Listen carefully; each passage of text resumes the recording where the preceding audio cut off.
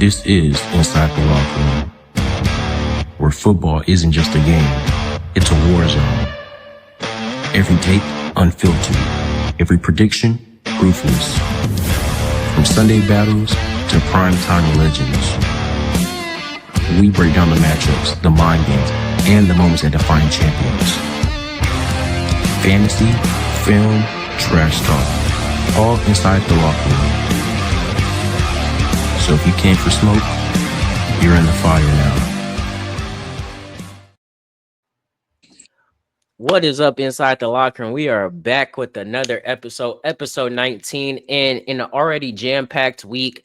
This is our final day that we will be going live this week, and we got a lot to talk about. And to kick off the top of the hour, Terry McLaurin has just requested a trade. What is y'all's thoughts on that? You know, he was sitting out of training camp, mini camp, all that stuff for a new contract. And a lot of people, including me, thought Washington was going to get this done. You know, you have a rookie quarterback who just had an amazing season, and now you don't want to pay him. And in my eyes, that didn't make sense to me. But now we see Washington still have not met the agreement, or Washington and Terry McLaurin still have not came to an agreement on a contract. So it looks like he's requesting a trade. Benji, your thoughts on it? Yeah, I mean, I felt like we just mentioned this.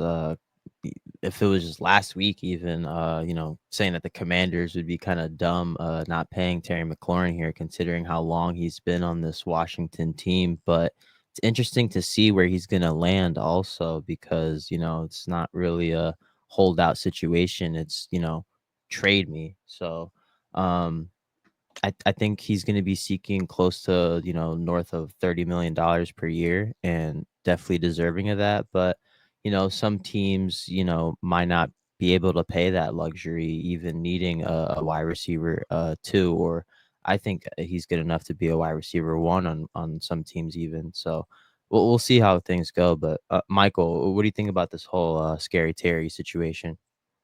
Honestly, I can't do nothing but shake my head, honestly, because Terry McLaurin doesn't deserve this mistreatment that he's getting from the Commanders. It's crazy how an organization or a GM or whatever says that, you're a huge asset to our team, but then when pay time comes in, they're holdouts. They're only one to give you a certain amount of money, like you're not a huge asset. And it's kind of no surprise to me. And it's just sad because Terry McLaurin does not deserve this. Yes, he was injury prone and stuff like that. He had an ankle injury to where the Commanders had to put him on the PUP list. But at the same time, Terry McLaurin was a huge asset for Jaden Daniels. And, you don't sign him. And it's just like, what's the problem? And it's sad again to see this, but at the same time, it's no surprise. How many organizations have we seen do this to certain star players? They claim that they love them and that, oh yeah, we're gonna make sure you be here forever.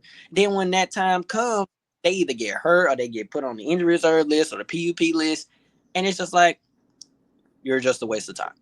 And it's like a slap in the face. Like, these players are not respected as they so-called claim that they are respected. It's I'm so tired of owners doing that, and I need owners to stop doing that. Stop saying that, oh, we highly love these guys and stuff like that. We're gonna make sure that he comes, play for us forever. Then when it gets to a point where either he's injury prone or it's time to love these guys, and you don't want to give it to him. It kind of reminds me of the Trey Henderson situation. And I mean, I agree with you, Michael. McLaurin has been, for a person that has dealt with so much inconsistency in the Washington Commanders franchise, you went through all these different quarterbacks, and a lot of players that have to go through that become unhappy, want out, or like immediately request a bigger contract, all that type of stuff. McLaurin, no, he stayed there. He stayed loyal. And his best season was with probably your best draft pick in the last 20 years, Jaden Daniels, who is already competing, with helping the Commanders compete for first place in the NFC East. So, I mean, if I was the Commanders, hey, I feel like if you do end up trading him, you're losing a major asset because me being honestly, I don't think Debo can get it done. I don't think this is the same Debo we saw a few years ago with the 49ers. And yes, what you call it, Washington has other weapons, but your main weapon in Terry McLaurin, your wide receiver one, I just think if he is gone, his presence will be or his presence miss will be felt. And honestly, if like three teams that just come off the board for me that I just would like to see McLaurin go to if they happen to trade him. One would be the Patriots. You know, the Patriots are always in need of another wide receiver. Uh, we were kind of talking about earlier on a other episode, Jawan Jennings and how he was requesting a Mhm. trade. And I said, hey, if he does end up getting traded, hey, New England always needs that another number two wide receiver. Yes, they have other receivers on the board, but it never hurts to help them get another veteran presence next to Stephon Diggs. Two, the Texans. Tank Dell is out, but yes, they do have Nico Collins. They do have the two receivers they drafted in this year's previous draft. I can't think of the name off the top of my head, but hey, it don't hurt to have another, like I said, veteran presence on the team.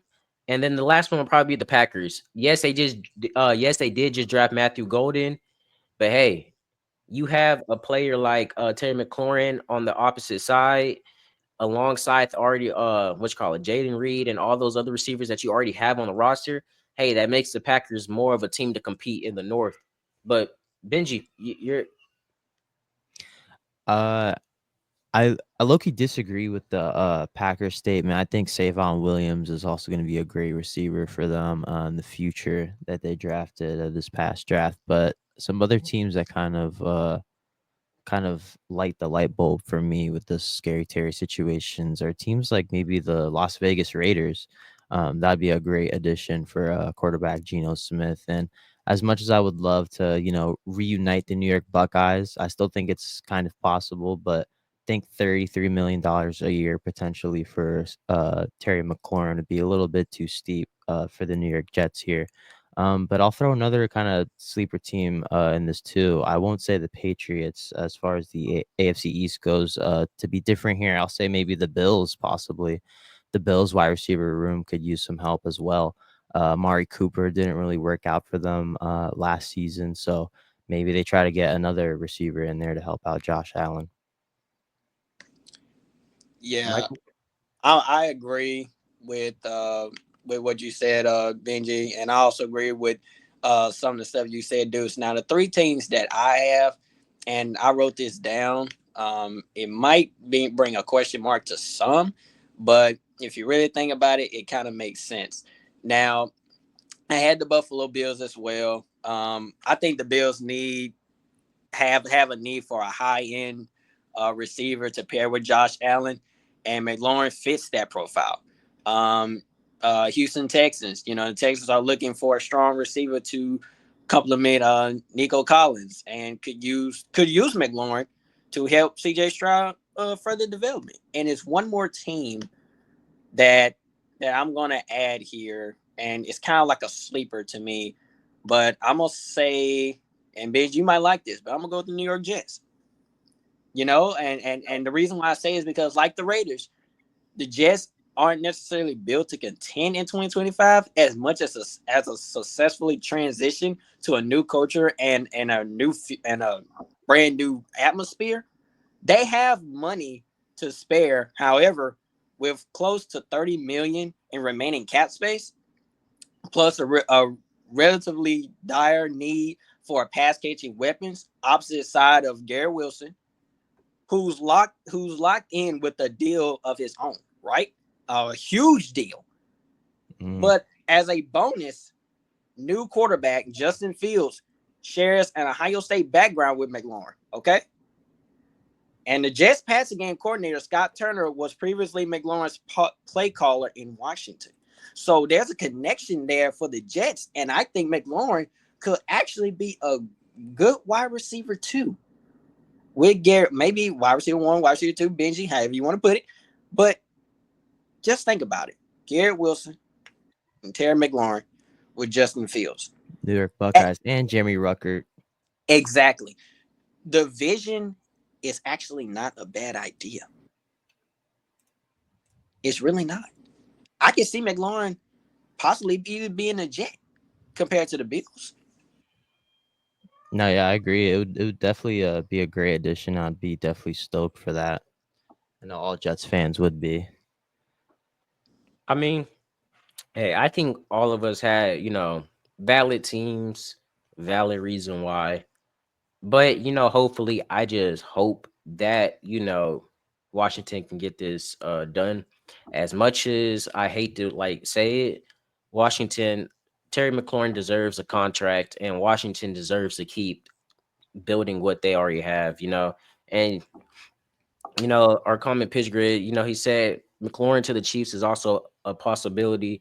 Hey, look, you never know. One day, you never know. The next day, a random trade could happen like that. I mean, Yeah. and we see McLaurin on the Chiefs. And hey, as much as I don't want to see Patrick Mahomes win any more rings or go to the Super Bowl because I want to see other people win. And yes, I know the Eagles just did win last year, but I don't want to give them any credit to that. Uh, I you just never know. But hey, if he is on the Chiefs, it is gonna be better for McLaurin. You have a back than Jaden Daniels. As much as I hate to say it, but hey, you have a winning culture over there as well. So you really be going from another winning culture to another winning culture. But Right. next on our list is Shamar Stewart. After months and weeks, he finally, comes to agreement with the bill. I mean, not the Bills, the Bengals. Benji, I know you wanted to talk about this. Just your thoughts on it, because I know were you the one that didn't think he was gonna get signed? Nah, not that I didn't think he was gonna get signed. I just thought it was hilarious that, through the midst of all this, Trey Hendrickson was just down chilling in Florida the whole time. So And he's back but at he's camp but he's too. back now. Yes, but he's back now. So, that holdout has technically ended as well, but he's still not under contract. So we'll see how that unfolds. But yeah, Shamar Stewart signs a deal worth 18 million just about, and 10 million of that being guaranteed. So pretty sure he finally got what he wanted, and his part of the holdout was successful. So it's just also interesting to see, the Bengals finally doing something with this situation. And then it was also kind of weird to see that they signed Noah Fant to a contract randomly amidst this whole Trey Hendrickson fiasco that is still going on. So Right.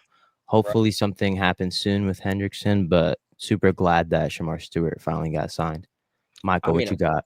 I'm just gonna say this real quick. I'm Yeah, go glad ahead. Shamar Stewart got signed, but I was always wondering what it would be like if he went back to college for another year, because they were Mm. saying that, and I was always wondering if that would be the first time it's happened. But Michael, You know what? I actually was afraid that he was gonna go back to Texas A&M. I think that was a school he previously played at, but I'm actually happy for the brother because honestly, I don't really understand why the holdout took so long, but at the same time, everything happens for a reason. So I think the contract that he got, because he just signed a 4-year contract worth 18.97, $1 million, including a 10.4 million signing bonus. That's huge for him because at the same time, his skill, his asset, his ability, he does have some leadership. Um, but it would have been kind of sad for the Bengals organization if he went back to college, because that's that's a big blow to your team. And I really hope that with this contract that he gets, he can put some proof behind this contract, because like I said, a contract is a contract. Regardless how many years, how much you get.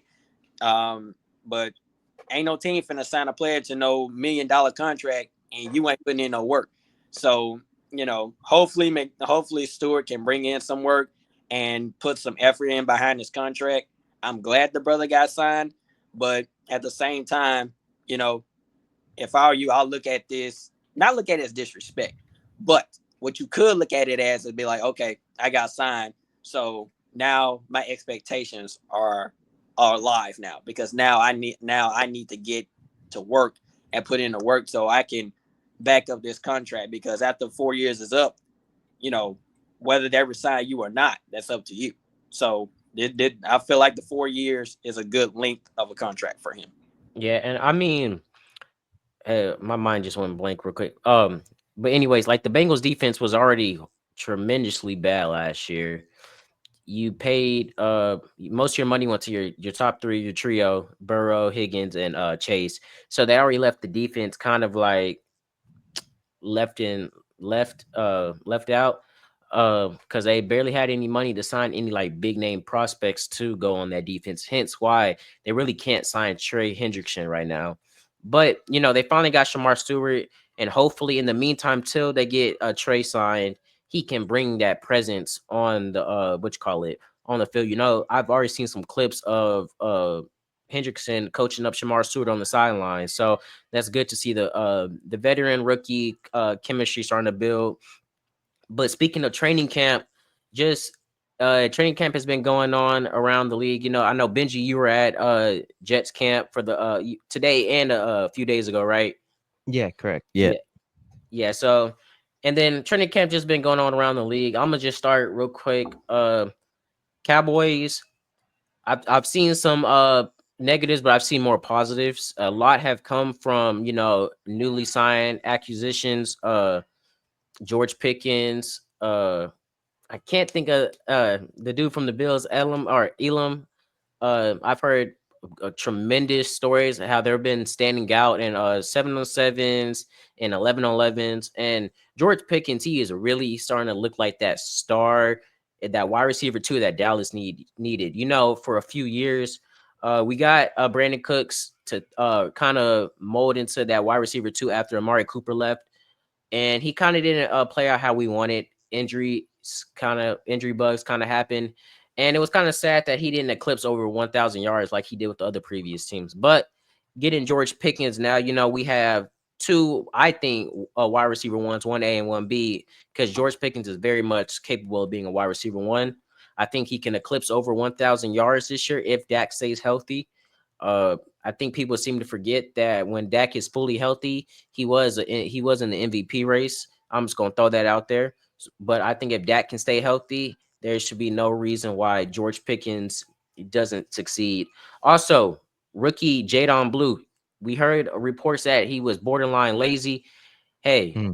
it looks like his talk he's kind of proven that wrong with this talk.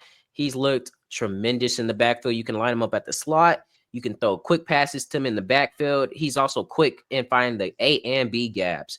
So amazing signing. I just hope all these rookies play out. We did have a slight scare with Tyler Guyton. We thought he had tore his I think it was ACL, but it was just it's something I can't think of off the top of my head, but he is out 4 to 6 weeks. Should be back in time for week 1, but if he can't play week 1, week 2 is perfectly fine. I would rather him wait it out fully and come back fully healthy than try to rush it back and come play Philly. But Benji, your thoughts on training camp? Because I know you're there in Yeah, I've person. seen training camp. Oh, sorry, just lagged for me. A little latency there. But yeah, NFL camp around the league so far. Pads are now on for all 32 NFL teams. And I've seen Jimmy Horn Jr. turn it up in Carolina for the Panthers. Using his great cuts in the front field for the offense. And then also with quarterback Bryce Young with the Panthers, reports are coming out that he's had a very good camp, but still needs to prove things this season, as the past couple seasons have been a little bit not exactly what Panthers fans have been, I guess, expecting for this new offense here. And I'll get into the Jets more a little bit after this. But Michael, what have you seen from training camp thus far? Sorry about that. I've actually, as far as the Saints go, the Saints held their second padded practice and training camp indoors today, focusing on various drills, including one-on-one battles, offensive line and defensive linemen. Big Bank, Kevin Banks Jr., he's tearing it up out there. He had a one-on-one battle with Chase Young, and he just completely killed it, and he's progressing, just like I thought he would. I think he's going to be a huge asset to this offense with Fuaga and many other guys. Trevor Penning, who's now in the left guard spot. I think that's a big change for him. He's developed well. I haven't heard any missteps about him. Tyler Shaw, he's kind of slacked a little bit in the past couple of days. Today he threw 2 interceptions. Brandon Staley, he brought the pressure to him today, and he just could not keep calm under pressure. There were times he would just throw the ball away, or sometimes he hold the ball too long.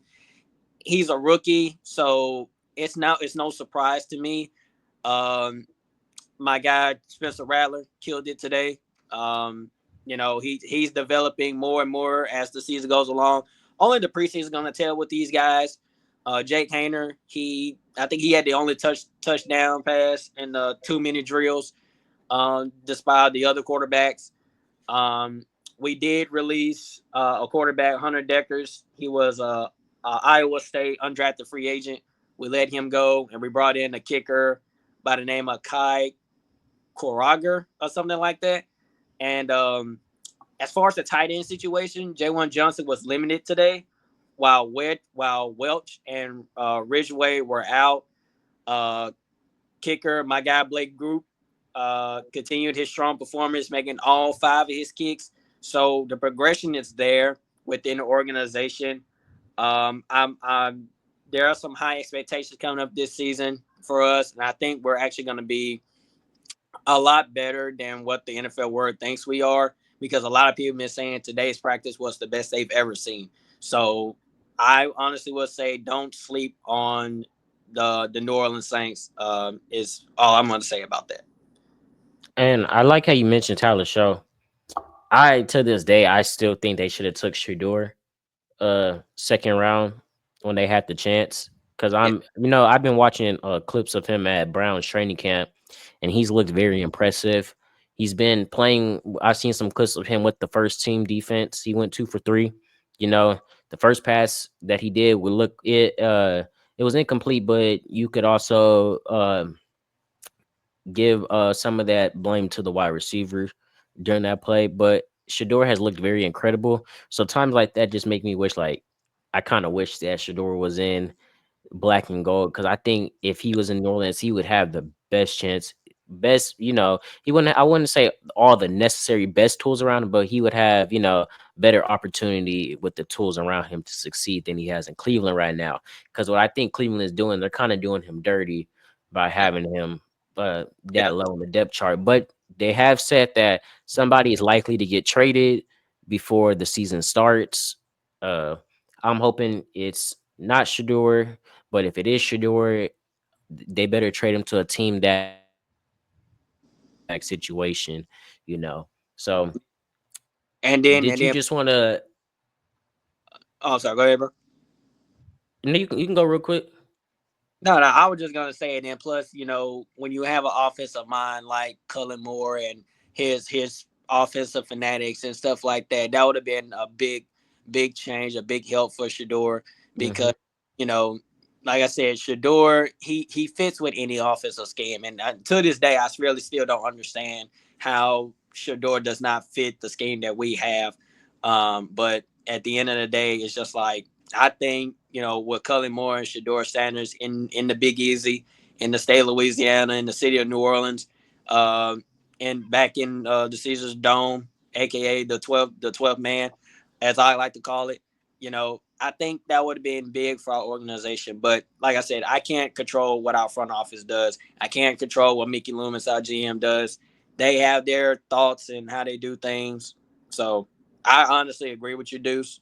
And hopefully it's possible. Maybe in the future we can end up either signing him or getting a trade for him. Yeah, and Benji, did you want to talk about your Jets training camp experience before you lead way into the next topic? Absolutely, yes. Brees Hall had an amazing day today at One Jets Drive in Florham Park, New Jersey.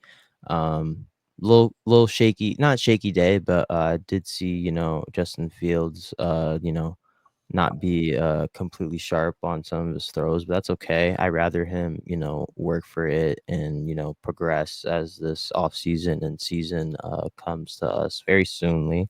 And I like a lot of what I heard and saw from the coaches today, including Aaron Glenn and defensive coordinator Steve Wilkes.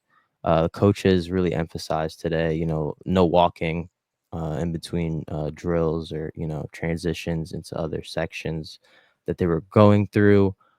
Sauce Gardner was also on one-on-ones today with Garrett Wilson. Again, I mean, those two calibers of players, to have them on opposite sides of the ball is just really good for them to just practice and go at it against each other. And Garrett Wilson had Sauce's number a few times, and Sauce, deflecting passes off of Garrett. So, iron just sharpening iron, and the defense just continued to look locked in today. So, and yeah, and also Nick Folk back in Jets green was really cool to see him being, our old kicker from the 2010s all the way up to 2016, I believe. So, uh, saw the Unks chopping it up with Yeah. Nick Folk and Aaron Glenn there. So, pretty cool sight to see. But I mean, it's been a lot going on in training camp. Preseason has finally kicked off. We got the Lions and Chargers going on right now. Next week is when week 1 of preseason starts. We've had some tragic news in New York City. Benji, do you just want to, give a quick little rundown on that? Because I know that you were kind of wanting to talk about it this podcast stream. Yeah, man. It's just really unfortunate to see the events that happened in Manhattan just a couple of days ago, especially, not necessarily especially, but with the NFL headquarters being involved, just sending out prayers to all the family members and everybody involved in that incident. And we want to remind you here inside the locker room to check on your friends and family members' well-being and to really, take a mental health check every once in a while and seek help if you really do need it. So, uh, we send love and all the condolences to all the families affected once again. And yeah, I just wanted to go over that really quickly. So, but last Tuesday, we had a special joint stream with Sports Nuts, where they had a special guest, John Abraham. Make sure y'all please check out that content that we had posted. I think I had got each one of us a clip posted from our interview. Michael, yours will be up there very shortly. Hmm. Your clips on that. But yes, check out that and then check out the YouTube over on the Sports Nuts YouTube. We don't have it on our YouTube just yet, but it will get on there eventually. But as of right now, just check out the clips on Instagram, YouTube. Also, check out the Kobe Bryant tribute uh clips and video from yesterday. I know we had a lot of guests join yesterday. It was a very success. Everybody told their stories. It was emotional in the air. Hopefully, we can do another tribute sometime next year. Yeah, Um, right in between that, y'all. Like, it's still hard to this day to talk about Kobe, and like I said, Deuce had to take me off for a second. mhm. But yeah, y'all, like, it's I still ain't gonna. I think everybody that joined that, kind of emotional. I know through all of yeah, us, even Adam was emotional. It's kind of hard to when you talk about somebody that important, that big. It's kind of hard not to. But exactly. check out all that content. We're trying to get the views up. We are, if I remember correctly, 17 subscribers away from 100. We are trying to get to 1,000 Ooh. subscribers on YouTube. We're a long way. We got a long way to go, but we are going to get there. But jumping into some HBCU news, and this is going to start our new college football segment. So, weekly or whenever we start recording and start posting views, make sure y'all are checking on the college football content because we will be talking about that more. But in this new special segment that is kicking off today, HBCU news, Grambling State University finished, I wrote it down. They finished 5-7 last year. And if I remember correctly, they finished 5-7. They went 2-6 in conference play. And Right. you would have thought Grambling was going to go somewhere last year after they beat Jackson State at home. I never forget they beat them at home. And then we go to what you call it? State Fair Classic and lose to Prairie View in like 8th overtime. And ever since then, Grambling just started dropping games like flies. And I think the last game they won was against Arizona. I'm not Arizona, Alabama State University.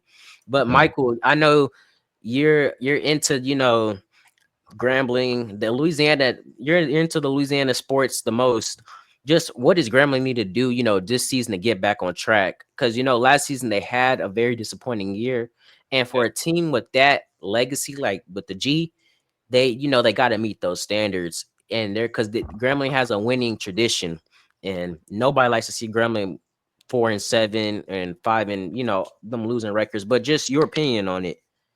Yeah, and I'm gonna basically start off with this. Grambling, has just completely gone downhill in the past previous seasons. Different head coaching changes, and it's kind of crazy. That this is not the Grambling I grew up watching. This is not the Grambling my dad grew up watching. This is not the Grambling that the older generation watched. A.G. Robinson would have been so hurt in his grave to this day. Like, what happened to this team that I built? Because let's be honest, A.G. Robinson built Grambling football. He was the face of the Grambling organization. And Grambling, like you said, Deuce, Grambling has a winning history. And the fact that, these past couple of seasons, Grambling has just fallen flat, no one is looking at Grambling as a threat. No, not even Southern used to be afraid to play Grambling in the Bayou Classic. Grambling used to take over the Bayou Classic, but now in the past 3 straight seasons, Southern has won 3 straight Bayou Classics, and it's kind of sad. That's what I'm saying. Grambling needs to get to a point. And I mean, it's also sad. It's also sad that their last winning season really was, if you want to count it, 2016. Yeah, That I can really remember. I don't know if they, I think they probably went the year or 2016, 2017. But since then, Grambling has consistently finished third, fourth, and fifth in their respective division, and they've respectively fallen short in the conference almost every year. Like you said, I love how you mentioned Southern used to be scared to play Graham. Now it's just Southern uses that game as a warm-up game and go play Jackson State in the championship game. yeah, And no, the Bayou Classic is supposed to be whoever wins this game goes to the championship game, because Grambling and Southern they're supposed to be the best 2 teams in that conference. And really right now it's just hopefully Grambling can take off. They brought back a lot of freshmen. They redshirted a lot of freshmen, so a lot of people are returning. Plus they brought in transfers. yeah, So they're poised to succeed. They have when you keep a coach that builds team locker room chemistry, that's also important. I preach that so much. yeah. But But at the same time, you know, this is Coach Joseph. I believe this is Coach Joseph's last chance, because it kind of reminds you back to Hugh Jackson. Hugh Jackson had 3 seasons to pick up Grambling, and kind of be that coach, kind of like how Deion Sanders was. But at the same time, I think if Mickey Joseph does not get Grambling to where they need to be this coming season, one, he's going to be gone. Number 2, it's going to lead to possibly and Travion Scott, that's the athletic director over there at Grambling State University. I think it's time that you go after a Hall of Famer, after a Hall of Fame coach. It's got to be done. I'm looking at guys like Ray Lewis, Ed Reed. Because Grambling was going to go with Ed Reed for a good minute, but despite with that Bethune-Cookman situation, Grambling was like, no, we're not going to use you. But Ed Reed was not wrong for what he said about Bethune-Cookman, because if you've seen the videos, they're probably not upgraded now. But if you've seen the videos how Bethune-Cookman was looking when Ed Reed was there, it was no good. The field house, the facility was just badly shaped. And I think Grambling, and I wrote this down, here's what Grambling full expectation need to be. Well, number 1, coaching development. This will be Coach Joseph's 2nd season at Grambling, and the team is expected to see a continued growth and refinement under his guidance. That means the leadership is changing. Brought in new coaches. You let go of Dooley, who was the offensive coordinator. Now you're taking over the offensive play calls. So my thing is, I'm a huge offensive guy. Your offense needs to be more explosive, because we have not seen Grambling's offense be explosive in a long time, dudes. And that's back from if 2017 they could have won it that year, but they Mm-hmm. lost in the Celebration Bowl. Yep. But ever since then, Grambling just has not been able to find that to keep on that tradition of winning. And I don't know where it fell off at, but at some point, either someone or some player is gonna have to get this thing together. Like, hey, we done lost too much. We've lost every single year. And Grambling used to be packed. A.J. Robinson Stadium used to be packed, aka they call that the hole. It used to be packed. The band is still live to this day, no doubt about that. But if you kind of look at a Grambling game, the field capacity has not been the same, only because Grambling just has not found that winning culture. I honestly feel like once Grambling finds that winning culture, that winning face, that transition of change, then maybe we could see what we saw back in 2016 and 17, to where Grambling would be number one, feared in the SWAC, feared by Southern, feared by Prairie View, feared by every single team that Grambling has played over the years. Grambling would beat the mess, especially Alcorn. Grambling and Alcorn used to be, that's a rivalry too. But I think what Mickey Joseph needs to do is that you need to get these players to understand that if they are not disciplined, because there have been reports that Grambling players have not been disciplined on campus, which is kind of leading to their playing performance. Because if you can't control your players, you're not gonna be able to have a winning season. I mean, look at Dion in Colorado. He's going to control his players, and they have had winning seasons. You have to control your players. You cannot let your players outdo you. And I think that's what's going on over there at Grambling, because at the same time, yeah, they got transfers. Grambling's returning roughly 88% of their roster, significant instability and strong foundation. But at the same time, that still doesn't matter. What matters is the players that are returning. Is this a turning point for you? And is this now you're the leaders? So the new guys that are coming in, you have to tell them that, hey, we lost such and such last year. We need you guys to help us, and we're going to help you pick up this team so we can get back to where things used to be. And I honestly feel like if Grambling can do those things, build better leadership, Mickey Joseph bring the explosiveness back to his offense, since he's the offensive coordinator now. If Grambling can just find that threat in the SWAC, I honestly feel like it won't be just Jackson State. It won't be just Florida A&M. Grambling's gonna come back up, and it's possible. But at the same time, again, Mickey Joseph, this is your last chance. If you don't pick Grambling back up, Grambling's gonna continue to be what they've been, not a threat to anyone in the SWAC. That's all I'm gonna say about that.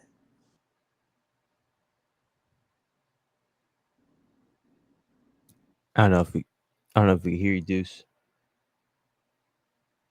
I think you're muted. Okay. Yeah. Can y'all hear me now? Yeah. Okay. But yeah, I don't know if I was just looking at it. Grambling hasn't had a winning season since 2019. But hey, you can catch us on week 1 at the Shreveport Classic against Langston University. Hopefully to see if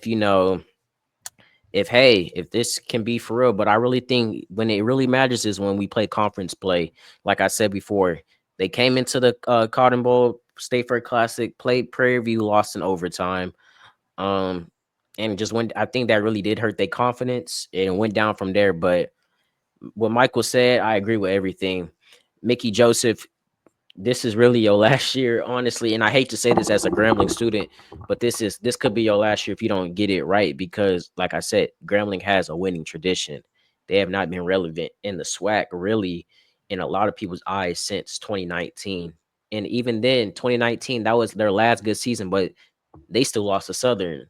It matters. You need to beat your rivals. And in college sports, if you don't know, rivalries matter. That's your job on the line as well. But jumping into our last final segment and just closing this out, MLB around the league, and it's a lot of trades going on that I cannot keep up with. But I know our co-host Adam is not on today, but you can check out his account. I know he's been posting about a lot of trades. Also, stay tuned because I believe that the what teams are playing at the Speedway? Is it It's the the Braves and the Reds. yeah, the Braves and the Reds. Check that out. I think that's really cool that teams playing inside of a Speedway. But hey, closing this out, my top 10. Uh, Adam's not here today, but I'm giving no explanation. This is my top 10. At 1, I got the Brewers. 2, I got the Dodgers. 3, Blue Jays. 4, the Cubs. 5, the Astros. 6, the Mets. 7, the Phillies. 8, the Yankees. 9, the Padres. 10, the Mariners. Honorable mention to the Reds and to the Rangers. That most likely, if they keep winning, they can probably crack the top 10 sometime near the end of the playoff. I mean, not postseason, end of the season. But hey, stay tuned because a lot of these my weekly rankings change weekly. Like I've said before, one week can be like this, the next week can be like that. So if you didn't hear your team called in the top 10 this week, hey, next week they can always crack the top 10. But as always, like, comment, subscribe on all of our socials. We are active daily. We post content daily, and then check out our personal pages. As always, it's love from inside the locker room. Y'all stay safe and y'all share our content. Appreciate y'all. Catch y'all on the next one. Grace and peace, y'all.